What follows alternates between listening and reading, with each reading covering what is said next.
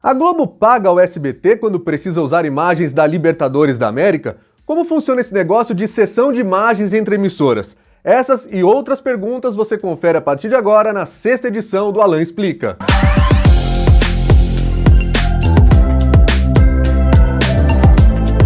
Muito bem, pessoal, sejam todos bem-vindos ao sexto episódio do quadro Alan Explica, do qual você pode participar nas próximas edições, mandando perguntas em qualquer lugar aqui do canal, usando a hashtag Alan Explica. Então, cuidado aí que o meu nome tem dois L's, hein? Se você mandar com um L só, não vai aparecer a hora que eu filtrar as buscas aqui. Manda sua pergunta e quem sabe você pode aparecer na próxima edição. Vamos começar então com uma pergunta que veio agora do Maomé Abril. Ele manda assim, ó. Quando uma emissora pede permissão para usar a imagem, por exemplo, o Globo Esporte pedir para o SBT para usar a imagem do jogo para falar sobre o jogo, a Globo paga um valor ou é só por autorização mesmo? Bom, Maomé, a lei brasileira exige que exista essa cessão gratuita. Mais precisamente falando, é a Lei Pelé, que no seu artigo 42 mostra que, para fins jornalísticos e editoriais, todas as emissoras têm o direito de exibir até 3% de um evento, ou seja, para cada 100 minutos de evento de um jogo de futebol, ela pode exibir até 3 minutos. Ou ela pode ir ao estádio para fazer a captura desses momentos, que é o chamado flagrante jornalístico. As emissoras que vão aos Jogos do Brasileirão, por exemplo, e fazem suas imagens próprias, como a Band. Ou em casos nos quais as organizadoras das competições proíbem essa captação de imagens, aí as detentoras dos direitos de transmissão são obrigadas a fornecer um clipe com 3% do evento, ou seja, é gratuito e é garantido por lei aqui no Brasil. Agora uma pergunta do Johnny Emanuel, ele fala assim: Alan, como funciona esse esquema de jogos pares e ímpares nos canais pagos? Ele se refere ao fato de a gente ter falado aqui sobre a licitação da Libertadores e da Copa Sul-Americana, que no pacote prioritário a Disney vai ficar com as escolhas ímpares e a Paramount com as escolhas pares. É muito simples. As escolhas ímpares são as de números ímpares. 1, 3, 5, 7 e assim sucessivamente. E quem fica com o pacote secundário faz as escolhas 2, 4, 6 e 8. Pra gente explicar um pouquinho melhor, é como se você estivesse tirando um time aí na sua escola, no seu trabalho, na pelada com os amigos, e você tem duas pessoas que vão escolher os times, não tem? Você vai fazer um par ou ímpar, quem ganhar o par ou ímpar vai escolher primeiro, o outro vai escolher na sequência e assim vai. Só que no caso dos direitos de transmissão da Libertadores e da Copa Sul-Americana, esse par ou ímpar não existe. A Disney vai ter sempre a primeira escolha. É importante destacar que esse não é o único sistema que já foi usado quando teve aí divisão de direitos de transmissão na TV por assinatura. Lembram quando há algum tempo atrás havia uma divisão meio a meio do campeonato inglês, do campeonato espanhol, entre Fox Sports e ESPN, quando elas não eram da mesma empresa? Naquela época, elas faziam rodada a rodada, ou seja, na rodada 1 era a vez da ESPN fazer a primeira escolha, na rodada 2 era a vez do Fox Sports. E mesmo dentro de uma rodada com 10 jogos, também havia uma pequena diferença. No Campeonato Espanhol, a ordem não era entre escolhas pares e escolhas ímpares. A emissora que tivesse a preferência da rodada escolhia um jogo.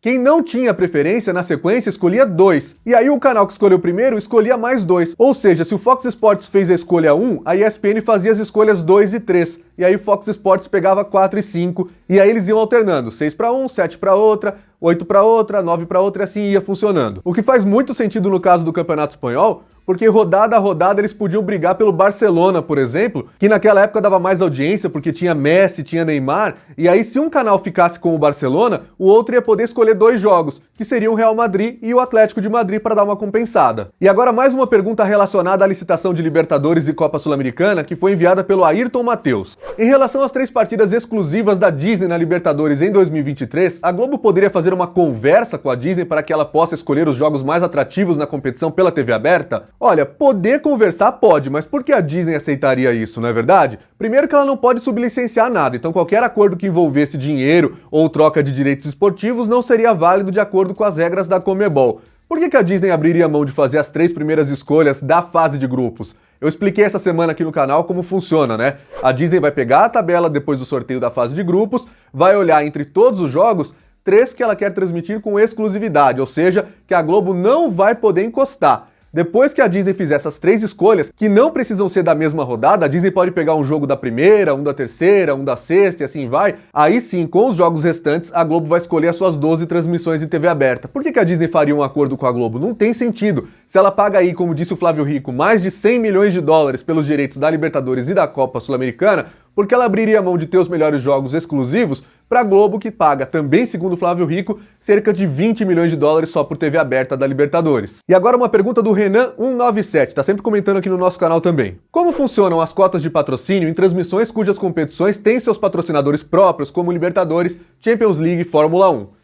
A gente pode citar também a Copa do Mundo da FIFA, que tem seus patrocinadores, todo mundo sabe. Então, normalmente, varia de caso a caso, mas normalmente falando, falando de uma forma abrangente, as emissoras normalmente precisam respeitar um período para que os patrocinadores oficiais tenham a preferência de dizer se vão ou não comprar uma cota de patrocínio. Então, por exemplo, se a Globo define que cada cota da Copa do Mundo vai custar em média 200 milhões de reais, ela é obrigada a perguntar para cada um dos patrocinadores da FIFA se eles querem comprar uma cota daquelas por 200 milhões de reais. Os patrocinadores passam a ter um prazo para estudar, ver como funciona, se aquele valor está valendo a pena de fato, quantas inserções eles vão ter na grade de programação da Globo. Se eles acharem que vale a pena, eles falam para a Globo: eu quero comprar. É o caso, por exemplo, da Claro, que já comprou como patrocinadora regional da FIFA, ela tinha essa preferência. Mas aí quando o prazo termina, a Globo pode falar para o mercado: ó, agora eu já falei com os patrocinadores da FIFA, quem queria pediu, quem não queria perdeu, agora quem quiser pode comprar também. Então normalmente é isso que eu falei, respeita-se um prazo para preferência dos patrocinadores